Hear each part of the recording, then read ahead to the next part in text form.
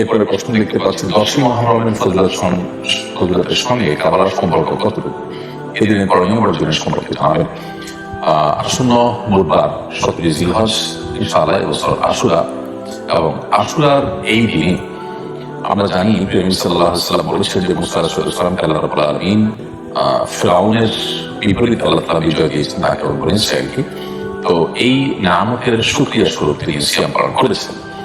এই মুহররমের 10 তারিখ বা আশুরা মূলত মুসা আলাইহিস সালামের বিজয়ের দিন হলেও, আনন্দের দিন হলেও, এই দিনে একই দিনে নবী করিম সাল্লাল্লাহু আলাইহি ওয়াসাল্লামকে দৌহিত্র হুসাইন রাদিয়াল্লাহু তাআলা নির্মমভাবে কারবালার প্রান্তরে শাহাদাত বরণ করার সপরিবার। তো একটি বিজয়ের দিনে একটি দুঃখের এবং বেদনার ঘটনা ঘটেছে, যার কারণে আমাদের জন্য একটা মিশ্রিত অনুভূতির একটি দিনে পরিণত হয়েছে। একদিকে মুসা আলাইহিস সালামের বিজয়, অপরদিকে মুসা রাদিয়াল্লাহু তাআলার সপরিবারে শাহাদাত। তো এই কারণে 10 মুহররমের যে মূল তাৎপর্যের দিক, এটি মুসা আলাইহিস সালামের বিজয়ের যে দিবস, সেটি কোনোভাবে ম্লান হয়ে যাবে না বা হারিয়ে যাবে না, কারণ এটি হাদিস দ্বারা প্রমাণিত এবং নবী সাল্লাল্লাহু আলাইহি ওয়াসাল্লাম সেটিকে আমল করেছেন, উদযাপন করেছেন সিয়াম পালন করার মাধ্যমে।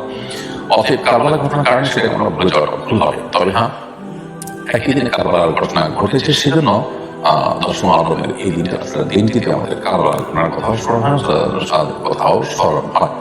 সম্পর্কে এটুকু যে একই দিনই কারবালার ঘটনাটিও ঘটেছে, শাহাদাতের ঘটনাও 10 মুহররম ঘটেছে। তো এই দিনে করণীয় এবং বর্জনীয় সম্পর্কে আমরা বলবো যে এই দিন উপলক্ষে সিয়াম পালন করা আশুরার দিনের পাশাপাশি তার আগের দিন অথবা পরের দিন 9, 10 অথবা 10 এরকম এভাবে সিয়াম পালন করাটা হলো সুন্নাহ। এর বাইরে 10 মুহররম বা আশুরা উপলক্ষে বিশেষ কোনো করণীয় নেই। আমরা অনেকে এই দিন উপলক্ষে করণীয় বর্জনীয় কথা বলি, বা কি করণীয় একেবারে স্পেসিফিকলি যদি আমরা বলতে চাই, তাহলে এটাই হলো এই দিনের একমাত্র করণীয় এবং বর্জনীয় এবং লক্ষণীয় বিষয়।